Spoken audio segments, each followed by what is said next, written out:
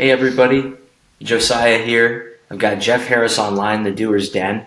Just wanted to introduce you guys to a very inspirational person in my life, and I know his story is going to resonate with all of the listeners for you guys. We're really early on in the podcast, so I appreciate all of you guys listening. And I appreciate all the feedback because I'm doing a bunch of stuff wrong, and hopefully I'm doing a little bit of it right. And one thing I know for sure that I'm doing right is having Jeff Harris on as one of the early podcast hosts because he's a pretty big deal and big person in my life. And when you go back, probably 2018 now, because I think we started talking in 2018. Jeff's had his own challenges in life, as we all do, but really unique story. And Jeff, I'm going to let you take it from here. I'd love to hear some early life and then going into some of your struggles starting back in 2017. All right. Well, thank you, Josiah, for having me on your show. It's a pleasure, man. And just so everybody knows, we've been talking for, since 2018 probably, and we have yet to meet in person. And that is one of my goals this year, is to connect in person. And just a little bit of background on myself. I grew up I'm from Missouri. I live in Colorado Springs, Colorado. I've been out here for over 20 years now. I have my wife and 3 kids here. We love it. It's every day we wake up and it's like, wow, we're so blessed to live here in really a vacation destination. It's awesome. But I grew up in a small town. I actually I had a pet raccoon when I grew up, and I wore a coonskin hat to school all the way until middle school, and I actually thought I was going to grow up and be like a trapper or have my own hunting and fishing show, but there's always retirement. Maybe that's going to happen. I don't know. But I grew up, my first job was baling hay, and today I serve as a chief revenue officer for tech companies, and I'm really kind of the turnaround scaling up guy, and I'll dive into how I got to doing that. But anyways, I have a twin brother, and growing up in Missouri, played baseball, hockey, did all the sports, and I just wanted to get out of that state, and so I went to college for a year, studying software programming, and then just signed up enlisted in the Marine Corps, and boom, I was gone. And my parents were like, "Whoa, what happened? What's going on?" And I just wanted to go see the world, and I got everything I wished for, and then some. And I only ended up spending 4 years in the Marine Corps because I wanted to go back to college and get my degree. I thought I'd go back as an officer, but I just took my life had a different trajectory, different route, and ended up going back to college, got my degrees in biomedical engineering, math, and pre-med. I thought I might go to med school. I ended up working in med device and life science research for 15 years, consulting physicians all around the world. And I started off in sales, and within a couple of years I moved into product management, and then I was in sales enablement, became a chief learning officer, worked in sales operations, and I did a lot of leadership development through Franklin Covey, which I still do today. I've done it all around the world, and it's really helped me to kind of hone and craft my approach to leading teams as well, which is fantastic. Honestly, folks, if you're fortunate to facilitate a leadership training or sales training, the person that benefits the most is typically the person teaching it, quite honestly, because you have to know the content really well in order to draw it out of folks. But anyways, after I ended up working for a tech company based out of Australia, and they had an office. It was a global company that had an office here in Colorado Springs. I moved here in 2004. I ended up staying with that company for 12 years. And then I went to a med device company in Houston, was there for 3. Then I went into consulting. I was fortunate to work with Sales Benchmark Index, SBI. They pride themselves on being the McKinsey of sales and marketing effectiveness. And I was only with them for a few months. I was actually on their podcast years prior, and that's when I was diagnosed with a rare disease called esophageal achalasia. And so esophageal achalasia essentially prevents peristalsis in your esophagus. It basically destroys the neurons and prevents you from swallowing. So it makes swallowing really hard. And for a year leading up to it, I noticed that every time I would eat, I would cough and choke and eventually regurgitate my food. And what I noticed, when you throw up as much as I did, which was pretty much every day, you start to see that your food probably didn't make it to your esophagus or make it to your stomach because it you could see it like, wow, it looks like it just chewed that up. So every time I would lay down and sleep at night, I would cough and choke until I'd get up and just like go to the bathroom and vomit. And I'd go to the doctors, and I had this recurring cough. I'd go to the doctors and nobody could figure out what it was. And the common theme that I'd hear would be like, Jeff, it sounds like you're really stressed, because I was traveling around the world. I was transforming an organization. And my wife and I were building a home. We had a lot going on. And I'm like, well, I am really stressed because I can't eat, and when I do eat, I throw it up, and I can't sleep because when I try to sleep, I just cough and choke and I aspirate. It turns out I had aspiration pneumonia, probably for the better part of that year. And it got to a point, this was 2018, and on Christmas Day 2018, I had my kids got up, we did Christmas, and I ended up just collapsing. We had Christmas dinner the night before, Christmas Eve, we had family over, and I literally had a bite of mashed potatoes and like 2 green beans, and then little did I know that would be the last time I would actually pick up a forkful of food and chew food for an entire year. So I was admitted to the hospital on Christmas Day 2019, and I was diagnosed with esophageal achalasia and aspiration pneumonia. And so I ended up receiving, Santa Claus brought me an NG tube, which is not too comfortable when you are coughing and choking already, to start draining out the fluids in my esophagus. So what happened is my esophagus had become completely compacted with food, distended 4 times its original size, and was about to burst. And fluids were draining into my lungs, and I was essentially drowning in my own nutrition, or lack thereof.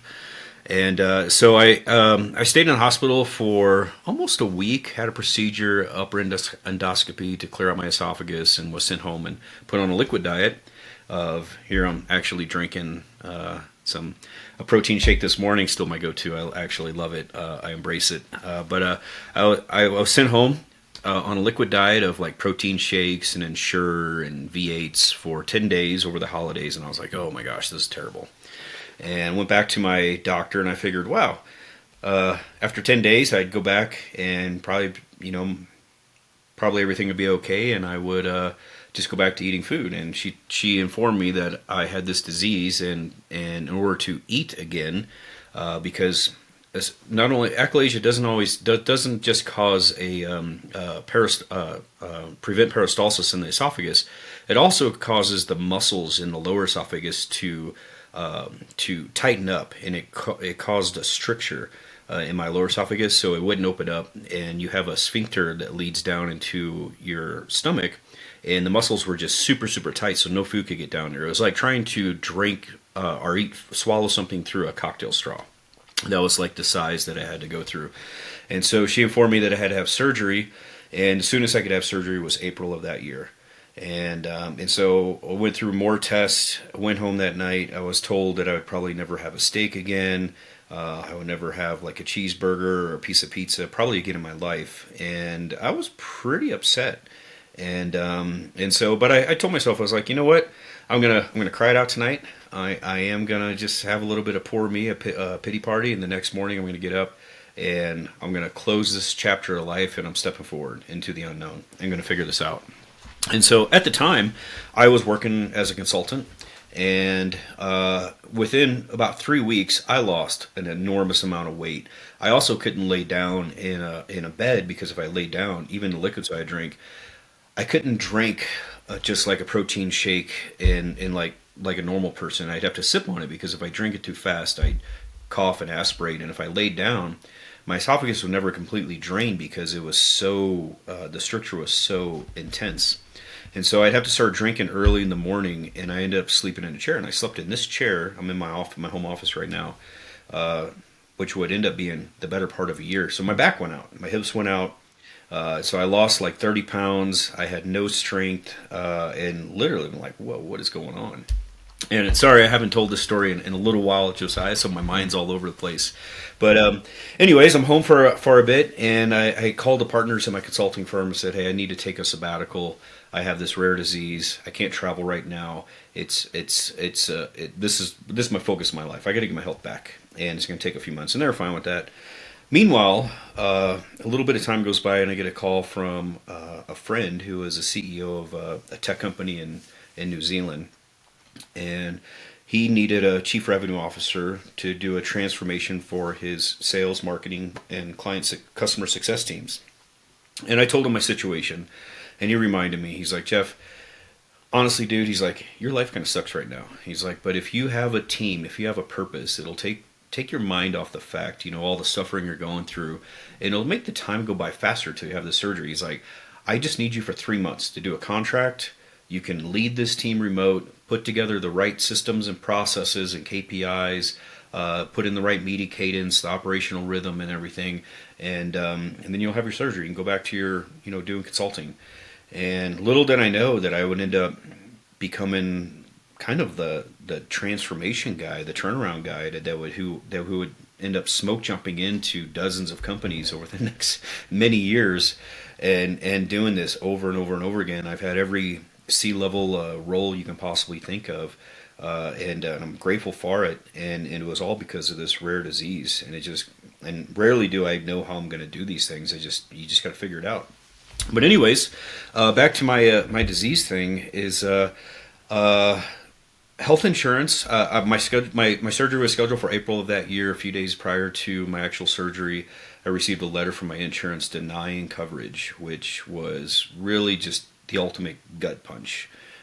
Because I had been waiting. I had adapted to life living on liquids. I had figured out how to blend, lots of different nutrients, and then sometimes I had to make sure that everything was very viscous that I would drink. I couldn't have any lumps in it or anything like that, and so I'd have to sometimes strain, just even like athletic greens through a strainer, just so I could drink it down. And I drank it really slowly, and I figured out, adding weight gainer to my protein shakes and stuff, I was able to get to a point where my weight wouldn't go down, and I actually started to feel pretty good. It's like, if you ever been into fasting, it's like when you fast, you kill these zombie cells in your body and stuff. And I started to feel pretty awesome, except for the fact that when you don't eat food, you kind of live in what I refer to as psychological isolation, because food is a catalyst for human connection.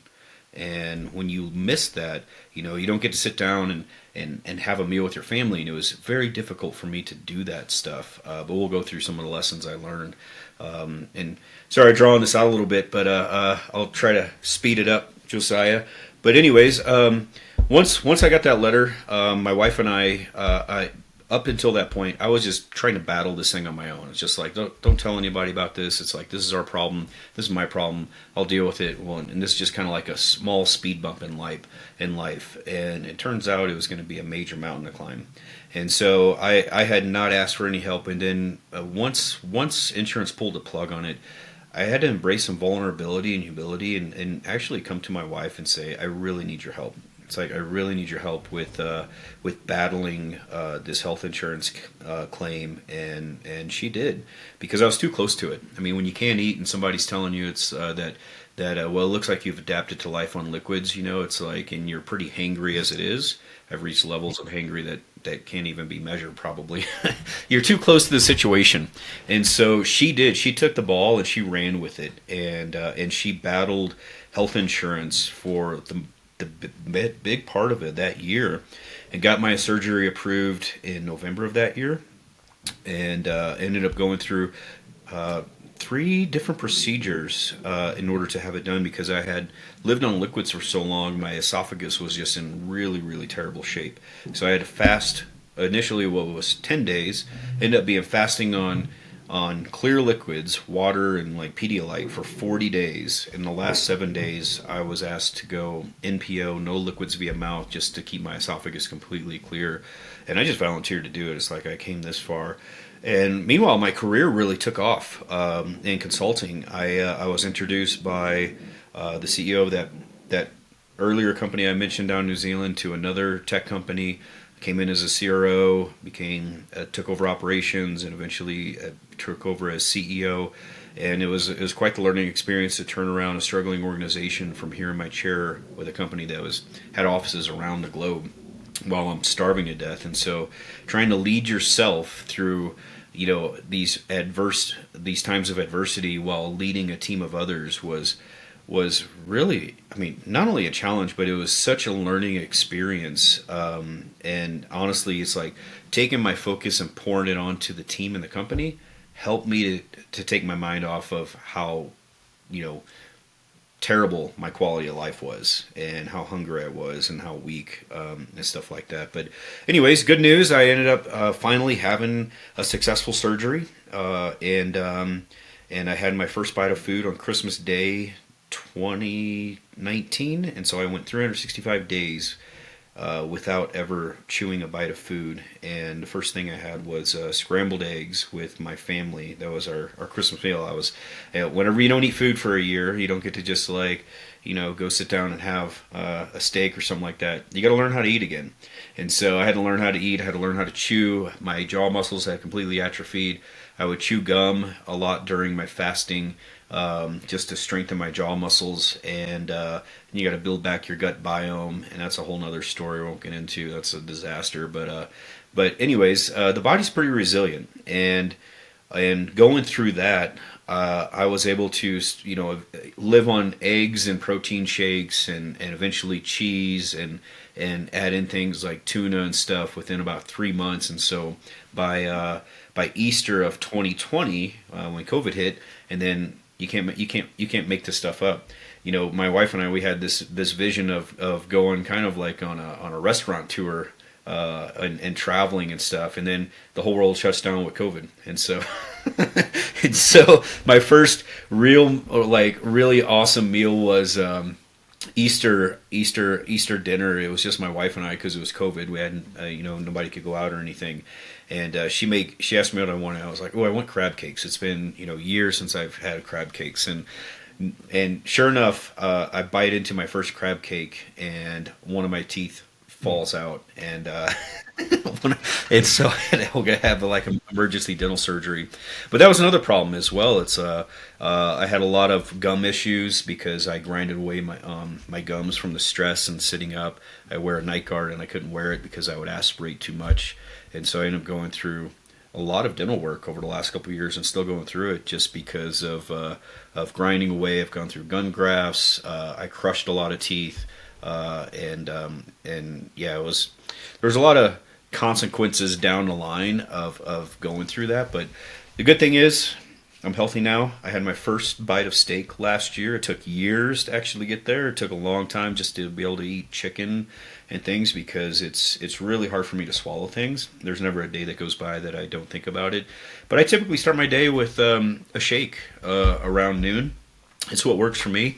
And having a rare disease, you walk a fine line, and so there are no cheat days when you can't eat. And it helped me to build even better habits in my life. Anyways, though, I've been going for a while, and to this day, I still serve as a consultant, kind of the turnaround transformation guru for basically whatever a company needs. I've worked in a lot of different industries, from tech, med device, insure tech, aircraft tracking, construction, you name it. It all comes down to leadership and leading teams and having a really solid business acumen. But it's always a learning experience, and I'm very grateful for it. And I wouldn't do it today if this disease hadn't grabbed hold of me and just changed the whole trajectory of my life. And I wouldn't be talking to you, man. Yeah, never would have met. Probably never would have made it out to your house like we're going to do this year. Exactly. We're gonna have a good time.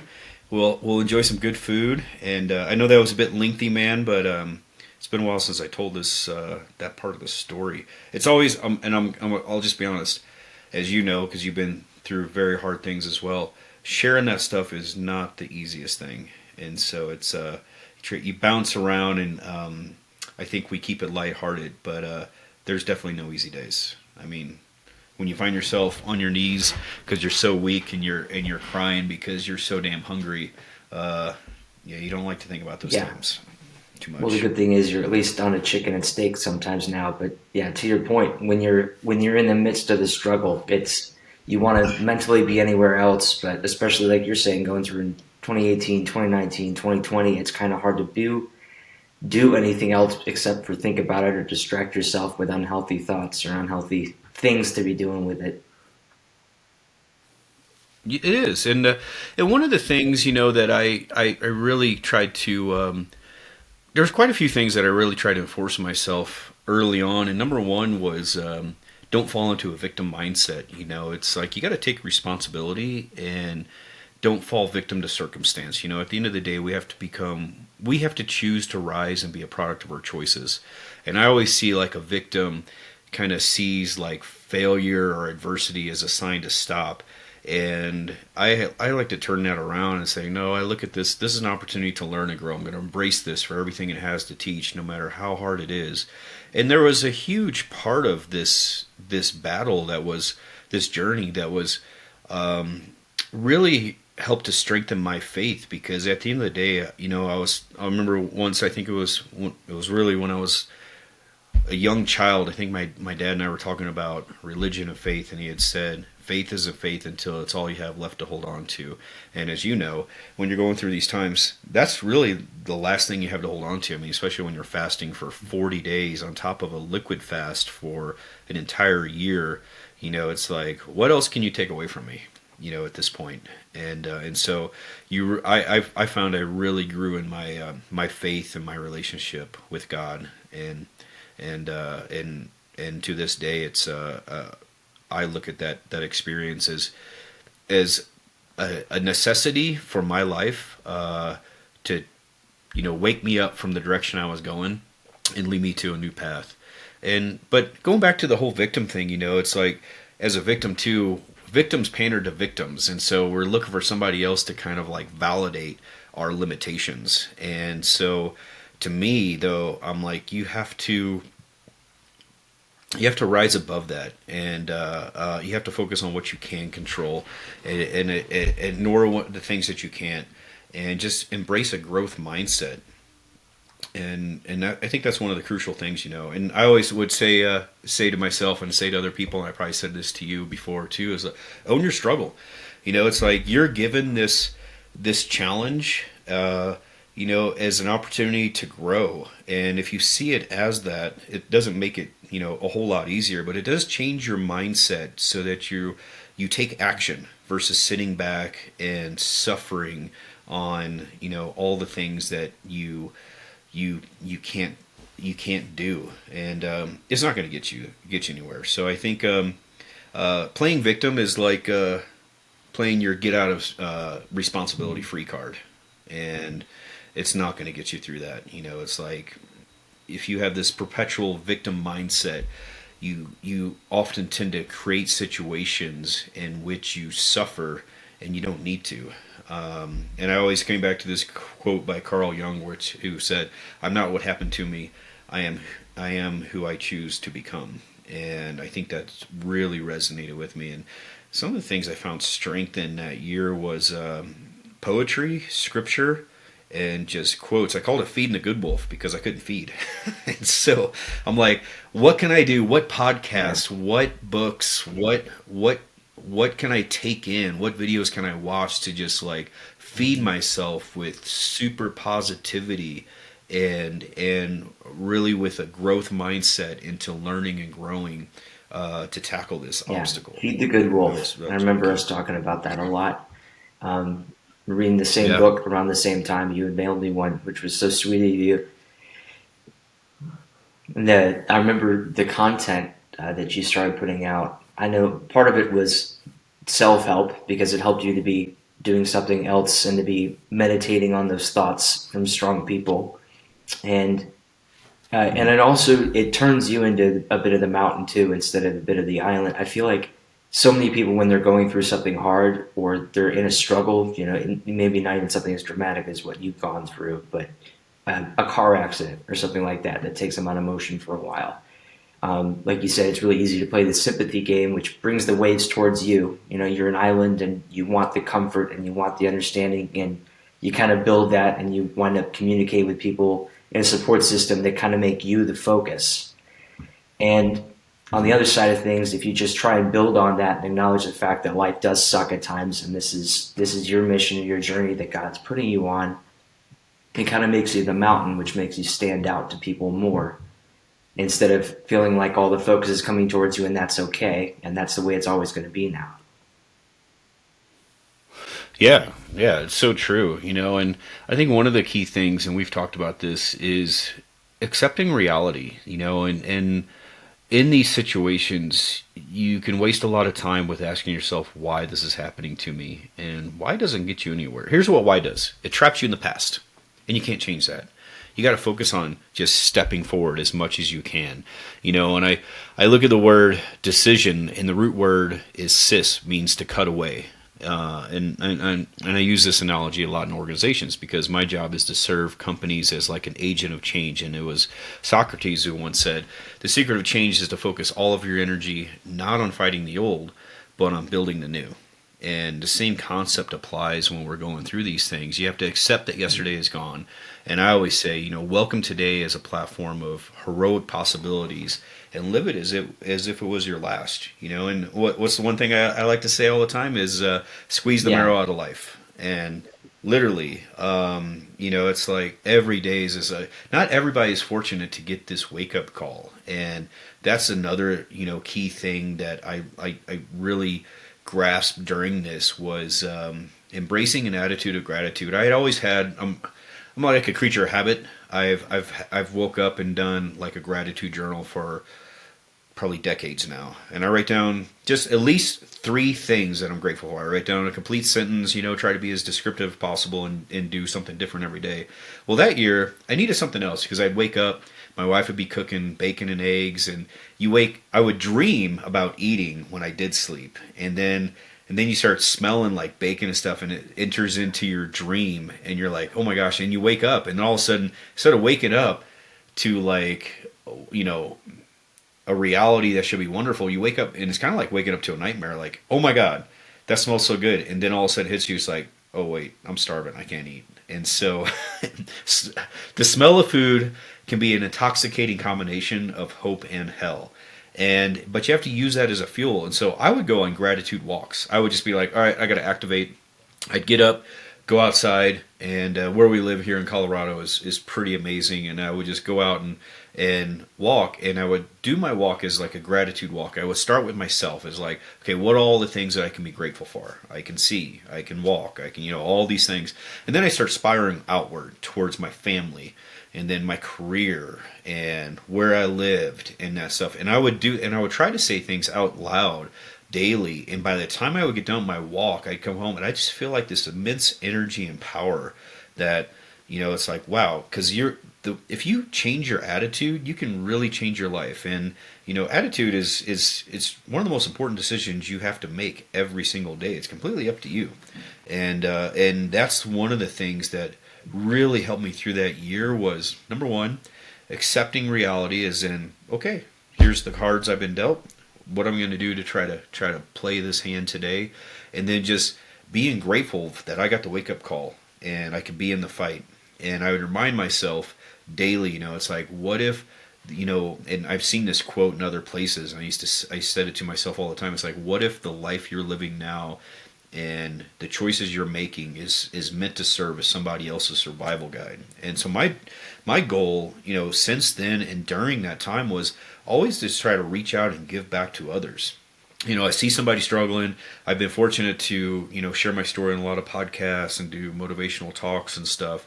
And there's always somebody that it registers with who's going through an extremely hard time. And my goal is just to connect with them and try to be, really the chief encouragement officer. Everybody needs support. It's like, what's the saying? How do you know somebody needs encouragement? If they're breathing. And we're all breathing. It's like we all do. It really is. But yeah, I think, it's some of that too came down to, I reread a lot of books that I had read earlier in my life. I'm a big bookworm. And Viktor Frankl, Man's Search for Meaning, was huge. And I had to reread that, because he had once said, everything can be taken from a man, but one thing, the last of human freedoms, to choose one's own attitude in any given set of circumstances, to choose one's own way.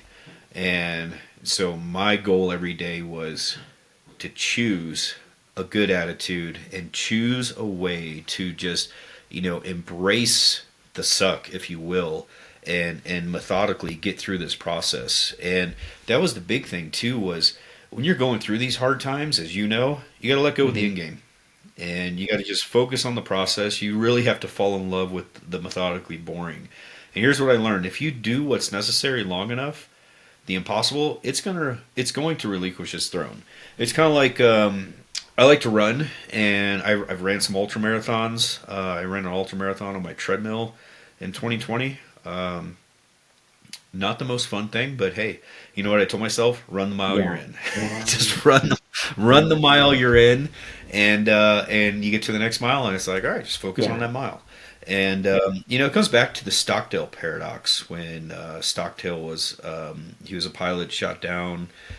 He was a prisoner of war during Vietnam for a long time, and the prisoners, his fellow POWs who didn't make it, were always the ones who were like, "We're going to be released by Hmm. Christmas, or we're going to be released by New Year's, or whatever the date was." But these dates would come and pass, and it's like you have to have faith and hope that things are going to change, but you can't lose, your perception of the current reality of the situation that you're in either. It's like you don't give up infinite hope, but don't put all your marbles on that either. It's like one of the things, I had a breakfast with my pastor a few weeks ago, and we were chatting, and a good message I got from an awesome book recently was, work as if it depends on you, but pray as if it depends on God.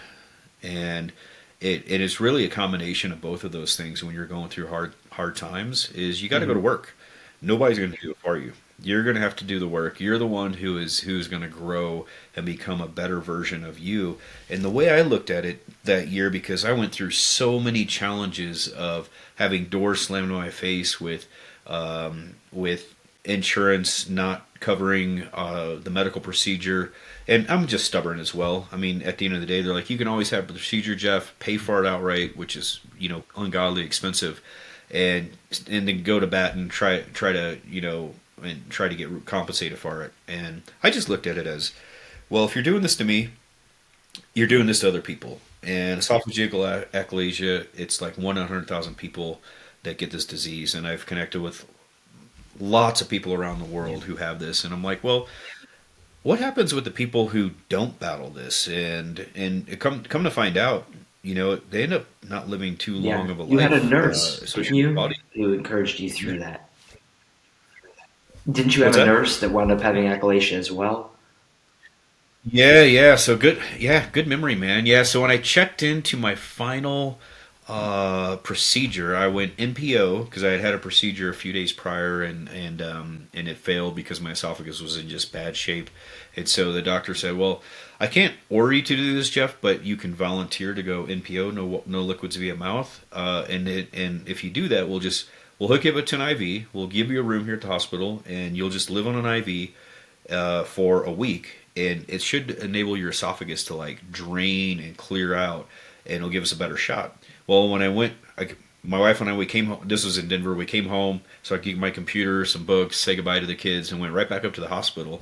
And the nurse that was checking me in had actually had achalasia, esophageal achalasia, and had the same procedure performed by the physician that was performing mine a few years prior. She was living a great life, and it was like, I always call her as kind of like the angel that was finally, saying this is going Yeah. to be okay. And honestly, that time in the hospital, it was like just a total calm. I had no doubt that this was finally going to happen, and yeah, it was amazing. Rhonda was her name, and I've written a lot about that because yeah, she was kind of like the angel there to say everything's going to be okay now. It's like you've grown through this crucible to the person you need to be in order to have this procedure now to go on with life. And I always tell myself that during that year, whenever a door would slam or I'd wake up from my operation and they'd say the operation didn't go well, uh, this or that happened, and we're gonna have to try So again or that happened whatever. during this morning? And You went on. week long, Yeah. and then they came back telling you basically it didn't work.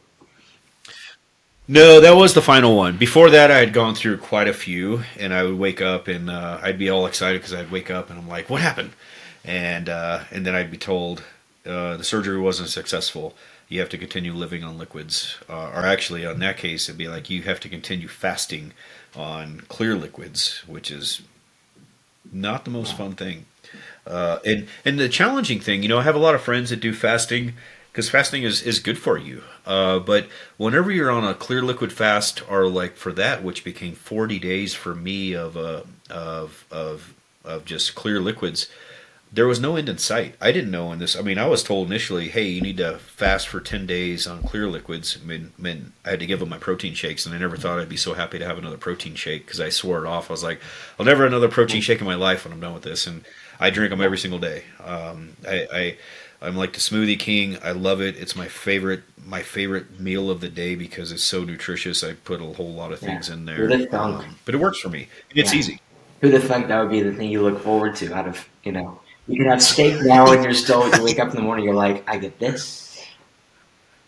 I know, yeah, exactly. I'm like, oh, I get to have my shake here after my work, and it works for me though because I like to train every day. I run, bike, I lift and stuff, and it took me years after that. I went from probably 195, 200. I was actually even heavier. Just the way my esophagus had distended, it just caused my whole body to like react Hmm. and inflame, and so I was just like swollen. And whenever I had my first procedure, all of that kind of water weight went away really really quick, and so I got down to 155, and I kind of hovered around 150 155 for most of the year, and then once I did that 40-day kind of water Hmm. fast, I got down to I think 135 What's your 130 usual like healthy 130 healthy weight that you're not starving yourself? 175 180. Yeah, 175, 180. And so I got down to 130, 135 and ended up getting back to 155, and I held that for years. I just couldn't put on weight. And then I just changed my diet more and started lifting, and now I'm back to like 175, 180, pretty solid. I feel good. I was pretty scrawny, and I feel strong again. It's taken a long time, but it was just a process. It's like I look at it. I was fortunate to have some size on me because my body just Mhm. cannibalized itself, and it's taken a while to build it back the way I wanted to. But I feel great now. I've never felt as healthy or as fit in my life, and I'm going to be 50 in less than 2 months, which is crazy. I don't feel Yeah, like it, but it's yeah, remarkable after putting your life and your body through that kind of hardship. Um, that it's right now it's living in paradise. It's like, man, I'm gonna be strong after this. that's right. Yeah. Well, and you don't take any day for granted. As you know, I'm big into fitness. And I think some of it though, whenever I trained during that year, regardless that I was so hungry, so Wow. because it helped me to process my emotions and the challenging times that I was going through, and also fitness has always been a big part of my life because it gives me time to Mhm. think. It's like my little sanctuary where I can go and solve problems. It's my time for mindfulness to just like either one just think about problems that I'm trying to solve at an organization, or to Mhm. listen to books or podcasts. I really enjoy it, and so I like to lift, run, and bike. And the year I came off and I was actually starting to, implement, introduce food back into my diet, my energy level went through the roof, and then COVID hit, and well, there wasn't a whole lot Yeah. more to do. I was taking a sabbatical from my previous role, and so I just became a monster with training and became like this ultra endurance dude. And now I'm more into, I'm very, I'm trying to be more strategic about my fitness, and so I look at the future. As turning 50, it's like I'm trying to set myself up for success. In the next couple of decades. So I got into lifting more, and I'll still do endurance stuff, but it's not as big part of my everyday, and it's just time consuming as well with all the travel I do. But I like it. It keeps me keeps my energy up, helps me to sleep at night. Sleep is God's medicine. When you sleep in a chair for a year or don't sleep and you sit there and cough and choke, I value sleep immensely. It's the ultimate Yeah. miracle drug, and it's the most important part. I mean, your diet, your exercise, is important, but sleep. If you don't get sleep, it's gosh. Some people wear it with a badge of honor. It's like I can go, it's like I can work around the clock and do all this and that. It's like good for you. It's like he who sleeps the least will die the fastest. Quite honestly, and it's like Yeah. sleep, enjoy it. Yeah. And then some people biologically they're built to where they can endure it a little bit longer. I mean, everybody's like that in different traits of their life. But yeah, I'm with you. Sleep is just so important. I can notice after a 48-hour period of me not getting the proper amount, memory an issue, mood Yep. an issue. More than anything, memory, but that affects so much with what we deal with on a Yeah, daily basis. I agree. Your memory, your mood, and I find my focus is just the older I get. If I don't get the right amount of sleep, my ability to focus and really listen just kind of goes out the door. It's not the easiest thing. Yeah. But yeah, and other things, going through that challenge is, I'll be honest, I was always challenged with patience in my life. And you'll see back behind me, for those who can't see, there's a little figurine of the Incredible Hulk. And I was kind of that guy. I had kind of two emotions: was the calmest person in the world, and then Silverback Ape.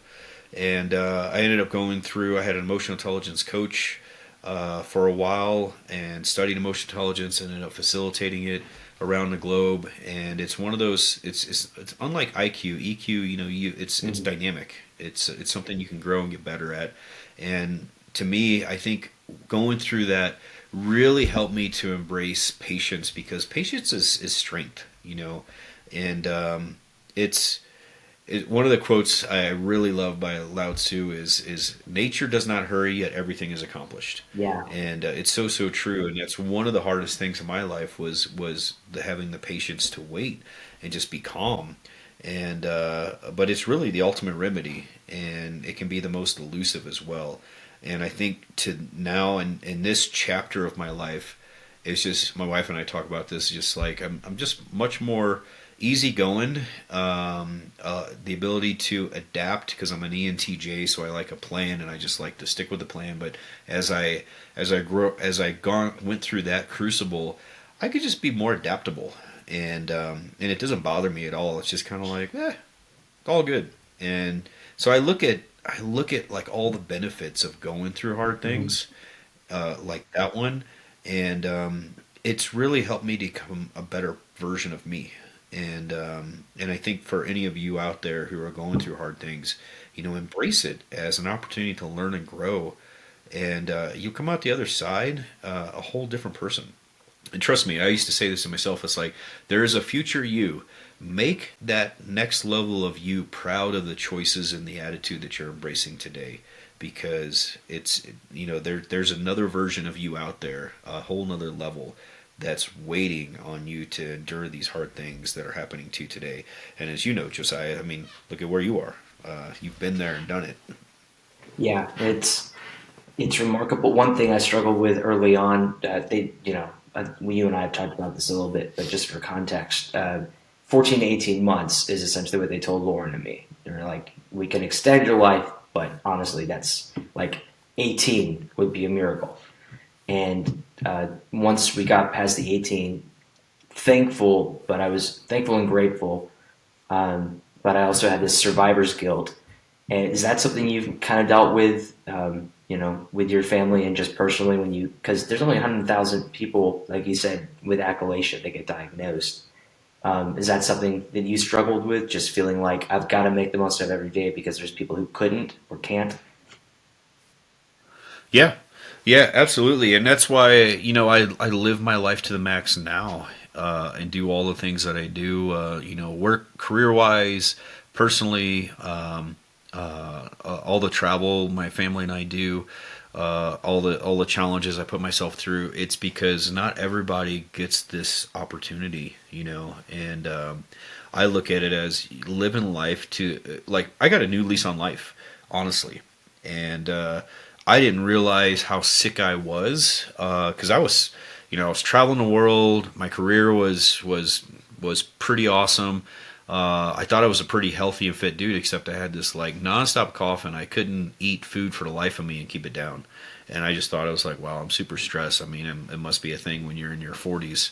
And it turns out I had this rare disease. But yeah, I look at it as this opportunity to really don't leave any potential on the table. It's like, and I look at before there's kind of like there's a great book by was it David Brooks called The Second Mountain, and that first mountain was kind of like my life leading up to this disease, and then in 2019 onward is kind of like the second mountain, as in here's an opportunity to turn your life around, and not that it was going in a bad direction, but it was just I needed to.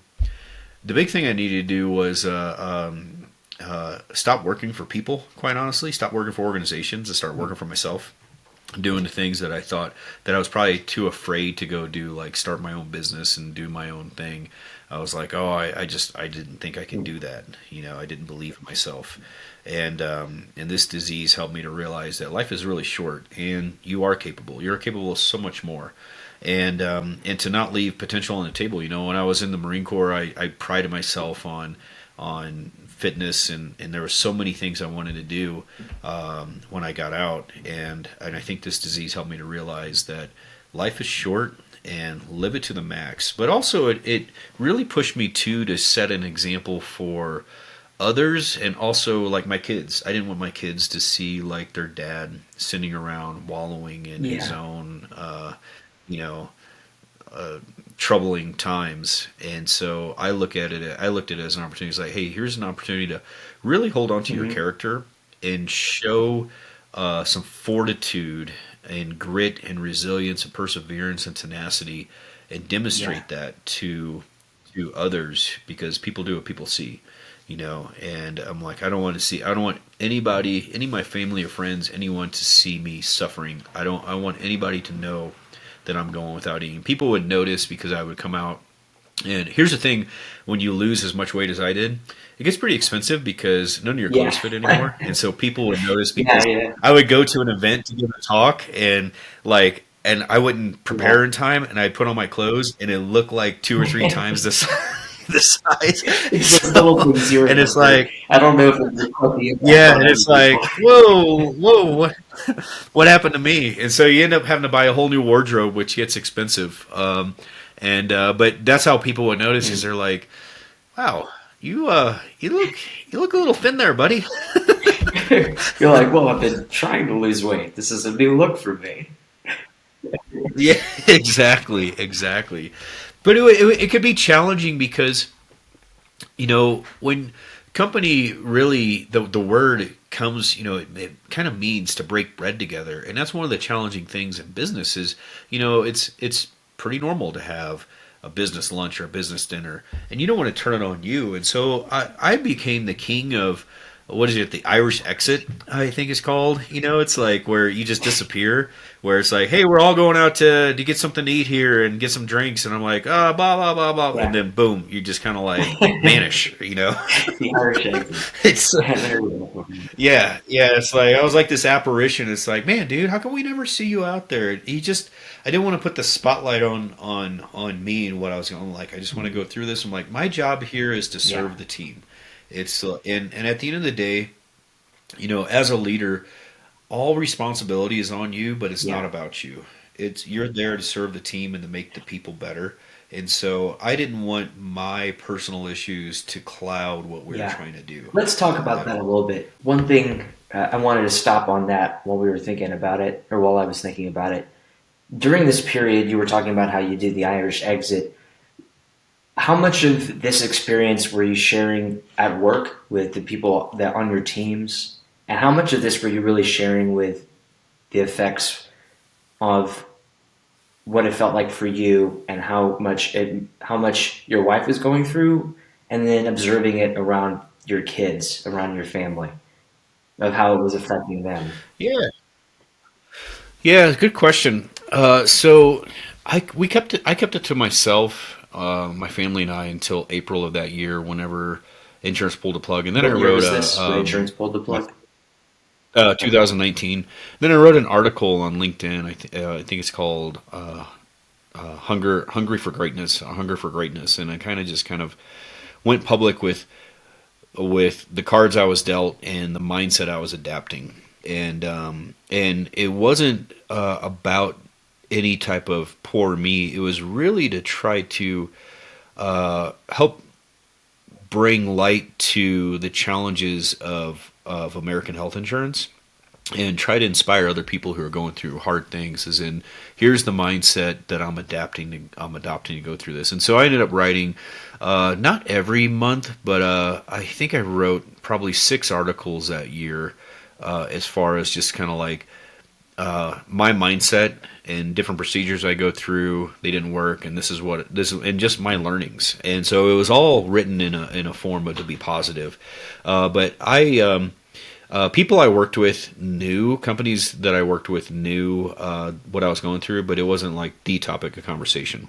It was it was something because they typically would come across like an article or something I would post on LinkedIn and be like, "Oh my God!" It's like I had Yeah. no idea you were going through this, and you're our CEO or you're our CRO or whatever. It's like, yeah, we all have our own battles. We're all going through Yep. something. Um, but that was my goal, was just to try to be a light, because there's so much negativity out there in the world, and so I wanted to just try to be a light Mhm. for others, as far as what I was learning, and that you can do hard things and still have a good attitude about it, and you got to laugh too. I mean, there's so many things I went through, and probably you've gone through. I mean, you just got to laugh about it. I mean, my wife would come in sometimes, and I would be trying to drink a shake, and I would be and it's hard because my esophagus would all clogged up, and I'd have to fast, for a few days or something. And so I would get up on the furniture and just jump off, trying to get gravity, To like help. to push it down. And we would just laugh. And I have my twin brother. He would take pictures of like his at least one meal a Oh, day. I He would remember send me and this. be I like, remember this. he'd be like, "Dude, check out this steak." And then I get another picture. By the way, dude, I made 2 steaks. I'm gonna have one for you. Too bad, your life sucks. But I would just laugh. Some people would be like, "What an a hole." I'm like, no, it's if you can't laugh at it, it's like you're too close to it. It's like you gotta. Best part of being resilient as well, I think, is you got to have a Mhm. sense of humor. A sense of humor will get you so much further when you can just sit back and just laugh at like the cards you are dealt. Yeah. Sometimes, like, oh my god, it's like this is ridiculous. Um, but I think that was my goal, was to not be the center of attention for it. And when it first happened, I really struggled with like being around my family at the dinner table, because it was hard to be around people eating Mhm. food, because when you're not eating, what you pick up is people complaining about like how hot something is, or how cold it is, or it doesn't have enough salt, or then you see them eat half their food and be like, "Uh, I really didn't want this today because we had this, last week," and then throw it in the trash, and you see Mhm. waste. And so it starts to F you off a little bit. And so I was like, I just can't be around it. So I go on walks, but I got to a point, where I was like, I wanted to be around to have the camaraderie and have the conversations and stuff. But initially, you just got to sometimes separate yourself from an environment that's pulling you down. And I found that was pulling Yeah. me down. And what's interesting too is you probably never realize how much people talk about food, and then you hear them like having breakfast, and people, and then like my own family would be like, "What are we gonna have for lunch? What about a snack before that?" And it's like, wow, how much food do we actually Yeah. need in a day? And so you start to realize too that so much of our intake is just out of habit sometimes, and and so I ended up developing a different relationship with food. I see it as Mhm. fuel. Like, I enjoy good food, but it's I have just a whole different relationship with him in my life now. And my wife, she loves date night and going out and trying new foods and stuff. I'm limited on what I can try. I have an expanded palate over the years now. But it's limited. I mean, any spice and just does me in. So I can't do it. And I'm just simple. I'm like, I just, it's easy for me to say no. It's like, can't have this, can't have that. But I don't look at it that way so much as I look at it as I get to have X, Yeah. Y, Have and you always Z. been that way, And specifically with food? Like it's easier to say no, or it's just something that you built up through this experience. yeah, it's something more I built up through this experience, and I look at it too. It's just like I look at food more as like what are the health benefits. And while I thought I was a nutritious eater before this, I'd have to go back and tell my old self, well, you Yeah. weren't as healthy as you thought you Yeah, were. no, I deal with that too. I've been overweight for years, and then I got very overweight in 2020 because I just was sitting around not doing anything. But more 2021. I couldn't really eat a whole lot that wasn't protein during 2020 because I was going through chemo and radiation for that 12 months. Um, but Yep, yeah, just a lot of sitting around, a lot of sympathy eating, and then yeah, it takes so much time that really over the last 15 months is when I took it serious, got to where taken seriously, um, and doing fasting and doing intermittent fasting and then whole day fasting during the week. But that's a hard practice to get into, and then sustaining it is even harder. When you were in the Corps, did for that help, sure. or was this even prior to that when you practiced Yeah, staying strong with what you ate? I good question. I had tried fasting when I was younger in like high school and stuff in the Marine Corps. I was going through a jungle warfare training exercise for a week, and I just decided to fast for a week. Probably wasn't the best decision of my life. I mean, it was super hot, and the training was nonstop around the clock, and I was exhausted. But I came out the other side just stronger mentally because I was like, wow, I made it through. I just chose. I didn't tell anybody. I was like, I'm just not going Wow. to eat. It's like, I'm just going to drink my canteens and go and endure the suck. And I did. And so I kind of piggybacked off of that experience a lot, especially out of the get go. Because and I would do a lot of intermittent fasting. I spent a lot of time in the mountains here in Colorado, and I typically when I go to like Summit of 14 or I'm up at like 2 in the morning, and I'm on the trail by 2:30 in the morning, and I'm hiking, and it's a long day, and so I don't eat breakfast or anything. It's like I want to get up to the summit, and then I come back down, and I don't have food with me, but I would rarely eat until I got back, and a lot of it was just like a test of Hmm. endurance to go through. And to this day, I intermittently fast until around noon daily during the weekdays. Sometimes it might be until 2 o'clock or something, and it just Yeah. works for me. I feel good. Like I don't get up and have breakfast or anything. I have like a vitamin shake. It has a ton of stuff. There's a whole nother podcast as far as all the things I put in there. It's just every vitamin known to Yeah. mankind seems like, and I have that when I get up, and it works for me. And I don't have anything else. It's athletic greens and a whole bunch of strong reds and all that Yeah. stuff. But it works for me. And then by the time I do have my shake in the afternoon to break my fast, I'm pretty excited about it. I'm pretty thankful, and I enjoy dinner with my family. That's like the Yeah. big thing. So it's usually like 2 meals a day, uh, and then maybe some snacks here or there. But my snacks are always super healthy, whatever I have, and I focus on protein intake, especially in my my chapter of life. That's a big thing for me as well. Plus, the more protein you have, that's a whole nother discussion. It's like you feel more satiated, so you eat a Hmm. lot less. But going back, to making bad choices, when you don't eat food for a year, you see how much food other people intake because you're like outside of the fish tank looking in. Finally, it's like, wow, it's like there's no cheat days, there's no sitting around watching a movie and I like eating popcorn or chips just because I'm sitting here Hmm. watching a movie and so it's something to do. There is none of Yeah. that, and so it becomes like that's no longer a part of life. And when you see other people do it, you start to realize like, does my body actually need that? And so you start to question is like, what does my body Yeah. actually need versus what I'm craving because I'm bored out of my Yeah. And mind. so many of those things are social, like you said. Having larger meals, larger portions, 3 times a day, snacks in between, based off of stress or focus or Yeah, spare time that you've got. And you were talking about like popcorn during meals.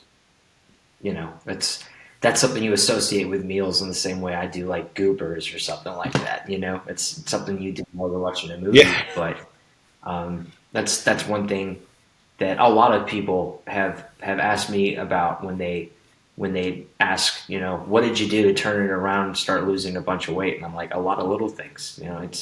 It wasn't all at once. It started with 2 meals a day, and it started with not until after 1 o'clock in the afternoon, not after 9 o'clock at night. And then it got into doing regular walks, and then it got into thinking about how much better I'd feel in the morning if I did those two things because it felt better that one day. And then, you know, making sure that during that narrow window I'm eating stuff that is really delicious, and that doesn't necessarily mean it's tasty or like sweet. It means it fills my gut. Yep. You look good, man. You look good. It's and what you said there is so crucial. It's like developing good habits takes time, and you don't want to go too hard out of the gate and try to change everything in your life. It's just like just introduce one thing, and it takes a good 60 something days to really get that down and to become just like I call it a ritual, almost like a routine. I have my daily habits of things that I do for years. I have 10 things in the morning that I do, and I have 10 things at night. And I literally check them off every single day. But I didn't just wake up one day and like write out 20 things I'm going to do Yeah. every day. It never happened. It was just like, all right, it's like this month I'm going to focus on gratitude journal, whatever that was, decades ago. And I'm going to make this a part of my life. And now I wouldn't know what life would be like without that. It's like, that's just normal, Yeah. and exactly what you said. It's the little things, these little bitty tweaks you make that have a huge impact. There's a great quote. I forget who said it, but small hinges swing Hmm. big doors.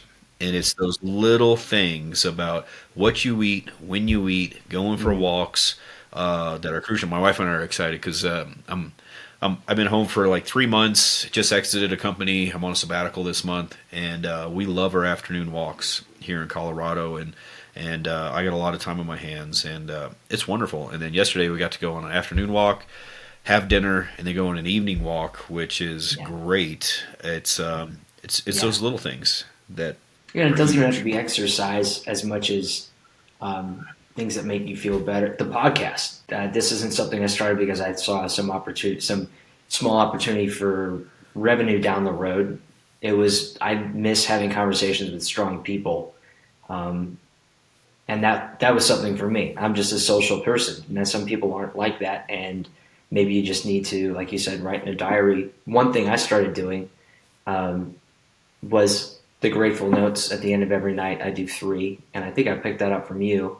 I put push-up reminders throughout my day in my phone, so they pop up and they say, do the push-ups. And that's not get 140 done in the day. That's knock out 15 right now.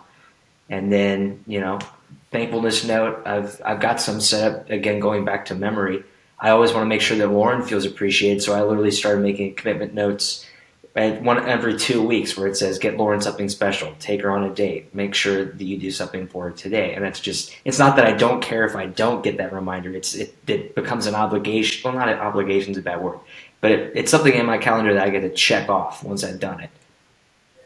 Yeah. Yeah, it's like personal accountability. I love that, man.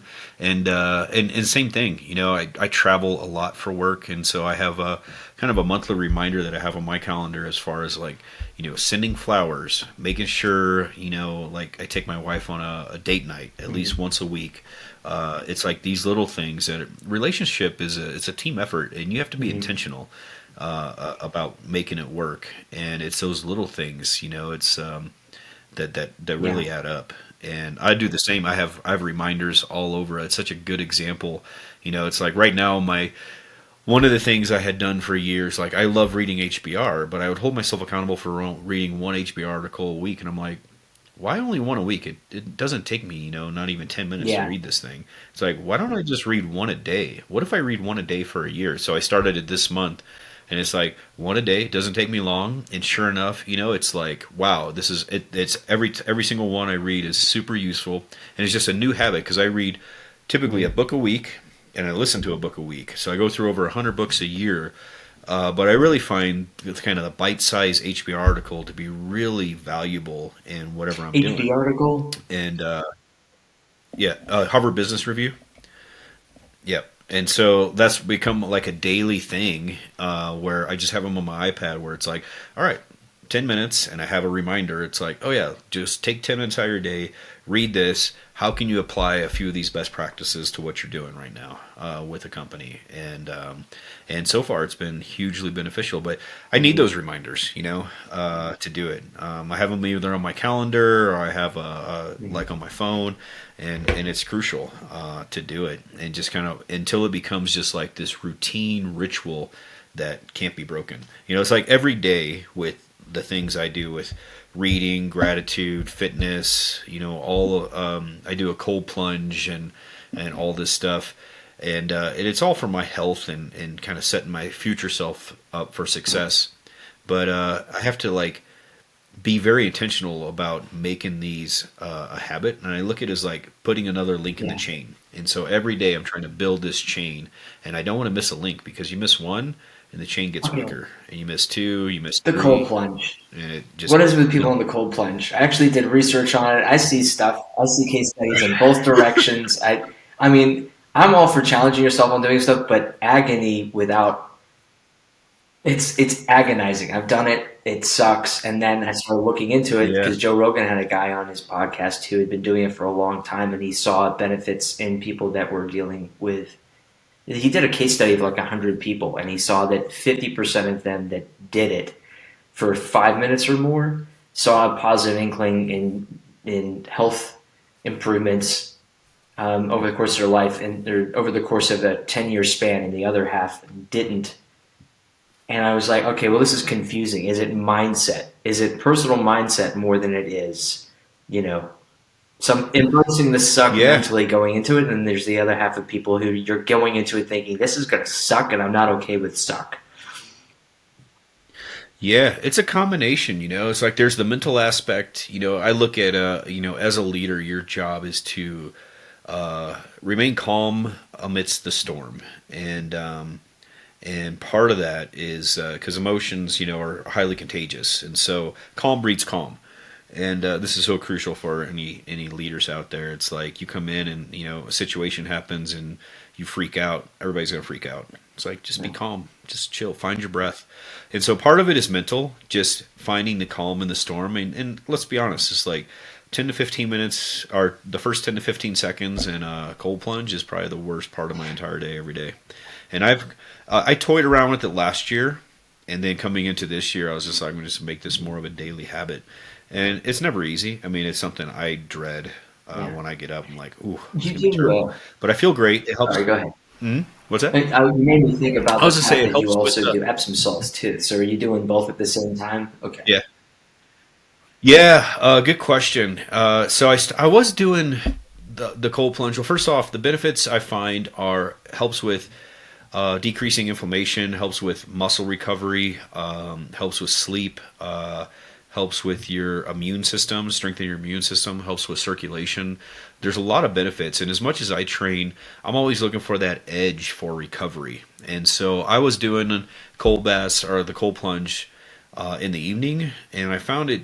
Willpower is a limited resource, and as the day goes along and things come up, you got to take the kids to this or that, you got to have dinner, and it was becoming harder and harder to make it a daily habit in the evening. And so I've switched to the mornings now before I work out, and I find I do some yoga and stretching and stuff and plank before I do it, and then I get into that for a couple minutes. And it's so cold right now, I don't stay in it longer than 2 minutes. I mean, sometimes I got to go out and beat it with a hammer just to get into it because it's Oh, frozen okay. So you solid. got it outside. Yeah, which makes it extra challenging when it's 26 degrees Uh, below zero and you're going out there and you're busting it up with a hammer just to get into the this cold plunge thing. for me in that temperature would be It's stepping outside in my shorts. yeah, it's mentally challenging, but I find it gives you that mental edge as well. But what I find is I was texting a friend of ours, Dale's Walls, this morning on this because he does them in the morning, and I'm like, wow, why do you do it in the morning? And I find it wakes me up, and it helps. My muscles are typically pretty sore in the morning, and so I take a while to stretch out and stuff. And after I do that, I lift and run, and I have never felt better. Like my workouts are so much more productive. I feel this energy, like I am ready to run through a wall. I feel fantastic. And so the way it feels afterwards, like after the first 10 or 15 seconds, I find my breath, I find my calm. I remind myself finding the calm in the storm. And when I get out, I'll dry off, warm up a little bit. I'll take a hot shower just to rinse it all off and warm up. And I feel fantastic. And it's awesome. But I was doing it at night. Like I said, it became just too challenging in the evening with everything going on in the family. And in the evenings now, I just focus on a hot Epsom salt bath. And I'll do that between 6 or 7. And I like to do my daily meditations while I'm in the bath, just relaxing. And once I get out, my body kind of like starts to shut down, ready for, kind of like preparing for sleep. And it really helps me. Whereas doing that cold plunge in the evening, it was like this psychological thing, of like, oh, you know, I gotta man up and do this. Gotta eat the frog and make this happen. And now I just get up and it's like once I get that done, I feel like I've won for the day. Because it's honestly out of everything I do every day, that's the hardest thing for me is that cold plunge. And I don't know anybody who does these things that says it's easy because getting in it is just brutal. But the benefits, the way I feel afterwards, is amazing. Like I said, the recovery time for fitness really decreases that, and I can't complain the way I feel afterwards. I feel great. So, but yeah, I think it would be easier if the cold plunge was located in my house versus walking outside.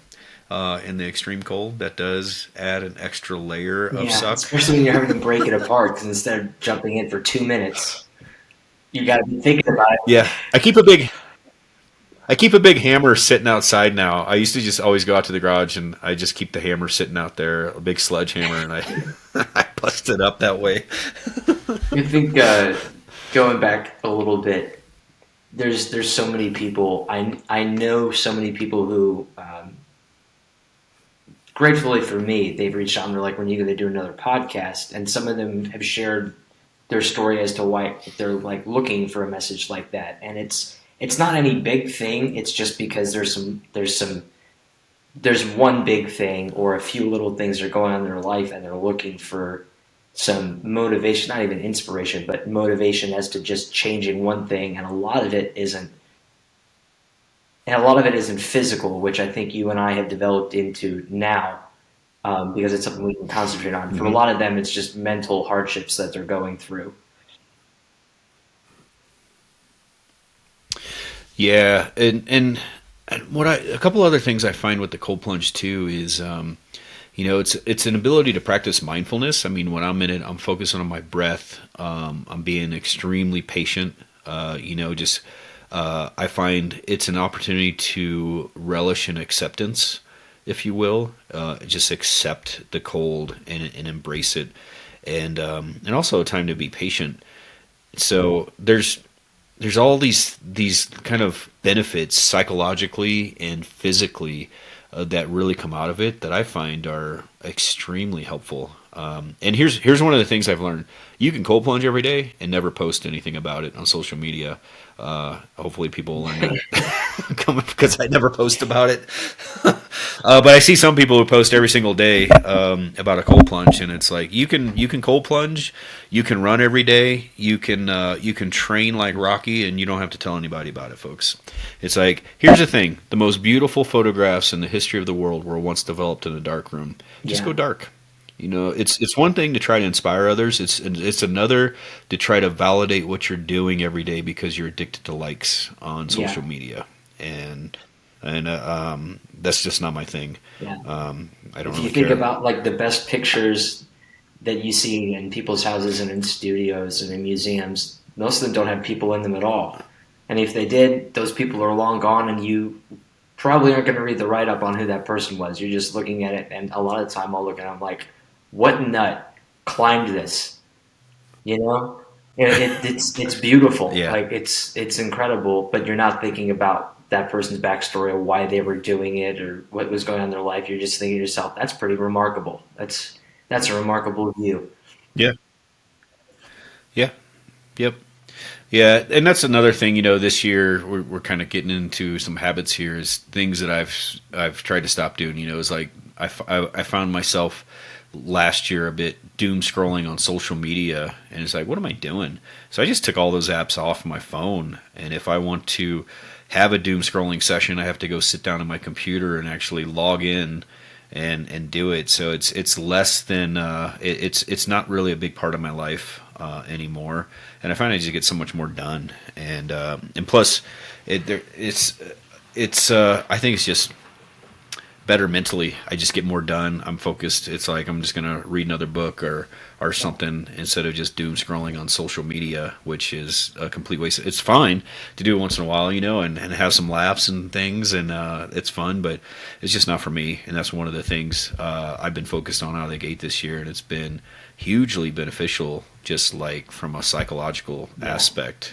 Just be more mindful of where I am every day. Just try to unplug from being plugged into my phone.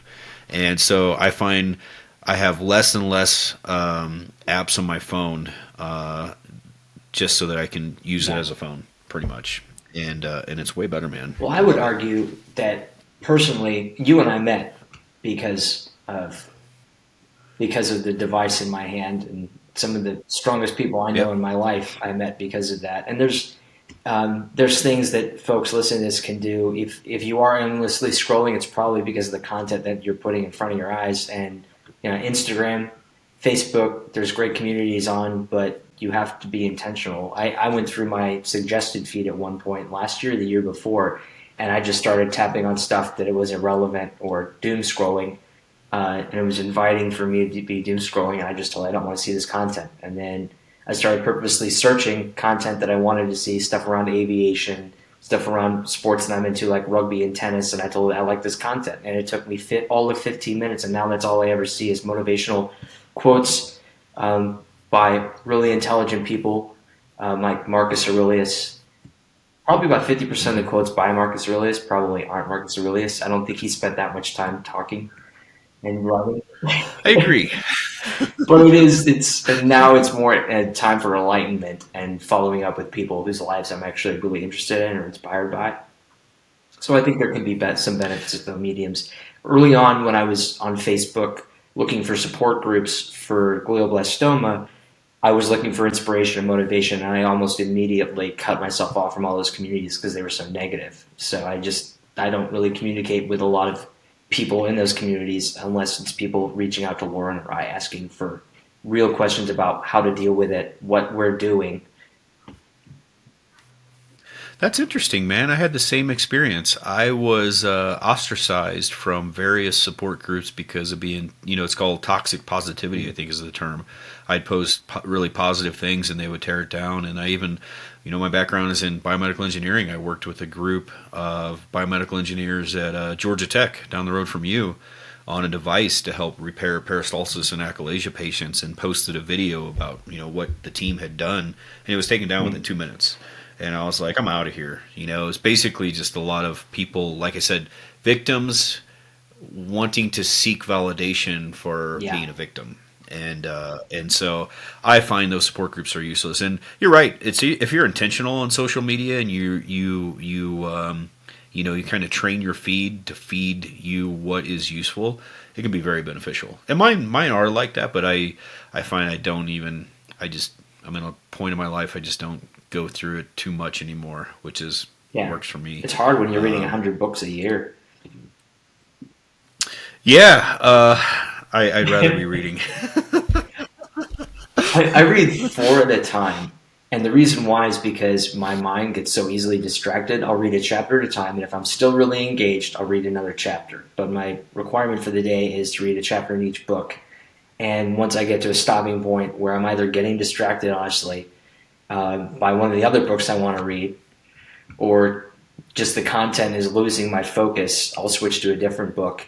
I'm not trying to hit any goal of any certain number of books for the year, but they're all learning, education, self-fulfilling books that I'm trying to get through because of things that I'm either going through or because I see a relation between where I want to be personally. Yep. That's good, man. That's good. Yeah, mine came about just in the military. I used to read so much because you got a lot of time on your hands, quite honestly. Sitting on a ship or sitting on the middle of the desert. And then once I got to college, my goal was to read a book outside of whatever it was I was studying every week. And that just carried on. And I spent so much time traveling or, running and biking. And I use an app called Scribed, although they just rebranded, called Everand, and it's a monthly subscription. You can listen to unlimited audiobooks, and so I'll listen to podcasts, but not as much anymore. And so I really enjoy a good audiobook while I'm running, or lately I've been doing projects around the house, and it just kind of fills the time while I'm whatever it is I'm doing. I enjoy it. It's not a competition. It's just like one of those things where I'm like, I can be learning something new while I'm doing this. What am I doing? Dale doesn't believe that it's reading a book if you're not physically reading a book. Where do you stand on that? Oh, I keep two different lists. I keep a list of books I'm actually reading, either on my iPad or physically, because I read a lot of digital books because of travel. It's like easier to you can have unlimited books on your iPad, and I always have my phone as well. But I keep two different lists. I keep a list of audiobooks and then a list of actual, books that are physical books that I read. And I try to come up with like my top 10 or 15 recommendations from both lists at the end of the year. And I do find like sometimes I read a book or I listen to one and it's just too complex or something. There's so much in it that I have to sit down and read it because I'm like, I got to take some notes from this. And I find I learn better if I read because I can outline, I'm thinking, I can stop. But the books I like to listen to most are typically biographies, just because it's a long story, quite honestly.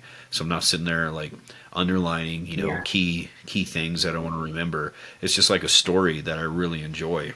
And anyways, that works for me. But I agree. I kind of look at it as there's two different mediums, and they are separate in my mind. Yeah, it's fair. In my mind, Reading and listening are when different. I listen to a book, I definitely feel as if I've gotten 100% of the same content, and I'm a very auditory person. So for me, listening to people's stories and listening to podcasts to me is 100% as engaging. But there is, in my mind, there's an accomplishment to reading a book, writing in it, engaging with it, and gifting that eventually. I love the idea of people used to do that all the time, and I love the idea of gifting a book, and even gifting a book that's got your underlying of what you liked about it, because that's a conversation you get to have with a secondary reader. I forget. I think it was Churchill who said, no one ever borrows a book. You give a book. You never expect to get it back. And the nice thing about notations and highlighting and that kind of thing is what stood out to the last person who read it before you. And you might be able to find some other things in it that speak to you, but you learn a little bit about the person who's reading it previously to you, which you can kind of do with a podcast when somebody recommends it to you, but they'll bring up some things that they got out of it, and that's really special. And that's something that is a parallel between books and auditory, which I like. I like that, man. That's a good point. Yeah, that's a really good point. I like that. Yeah, I rarely gift books that I've underlined and highlighted, but I think I want to not because I rarely go back to them. It's like I end up just going on my shelf. But yeah, some of the top gifted books I'd say are one that I really loved last year by David Brooks was The Road to Character. That's going to be new on my gifting list. Leading at the Speed of Trust has always been one of my top ones, just because it's good for business and your personal life. What about you, Josiah? What are some of your top gifted books? I will gift the History of Britannia, which I'm reading right now. That was a gift that I got for Christmas, and I'm just really enjoying that. It's very much a biography of the entire history of the British Isles, and it's just incredible. So many incredible characters, and they exist. They're not just stories; they're people that existed in 1200 BC or 1200, 1300, 1400, and they lay the foundation of what the modern First World looks like now, which is just incredible. Not all their stories are fantastic, but you can see a lot of practices and a lot of devotion to certain practices that we do now, which are really motivating. And out of chaos came order, which is kind of incredible. And I can't think of how many times that's come up. Um, Feeding the Good Wolf. Remember, what was that one book that you sent me? Which it's the wolf. I've actually got it right back here behind me.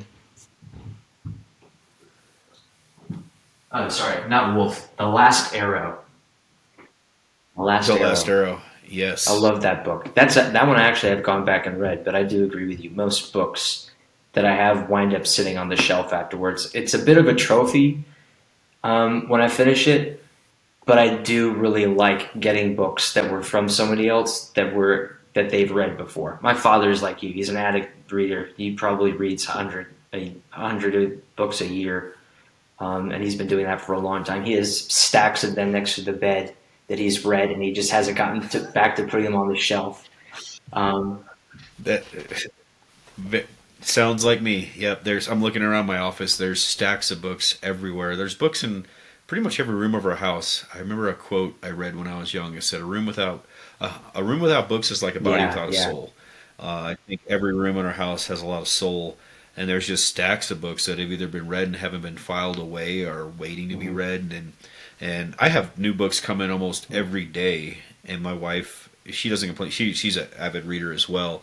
She loves to read, and there's something I came across recently where it's like a good book is kind of like, a fine wine. I know you're into wine. It's like you have to enjoy it at the mhm. right time, the right place, and so yeah, it's like wherever my mind takes me. Every book I read, there's typically two or three, if not more, books that come out of that I'm like get on my list, and sometimes just like I just go down a rabbit hole of studying some author or somebody, just I got to consume everything they've Yeah, ever written, and before I get back onto like whatever it is I was studying.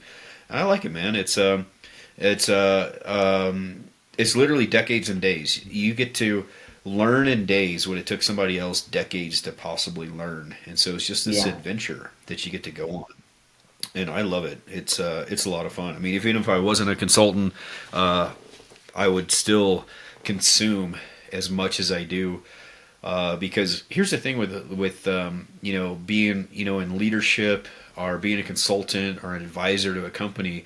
What I always say is don't be the smartest person in the room. Your job is to make the yeah, room smarter. At the same time, though, you want to help make the room smarter by not telling them what to do, but drawing it out of them. And it helps if you have that experience and the intuition to take them on this journey. But yeah, I just find it's like comes back to Strengths Finder. One of my top strengths is learner and achiever. It's like I love to learn, but you don't want to get stuck in just learning mode and not accomplish yeah. anything.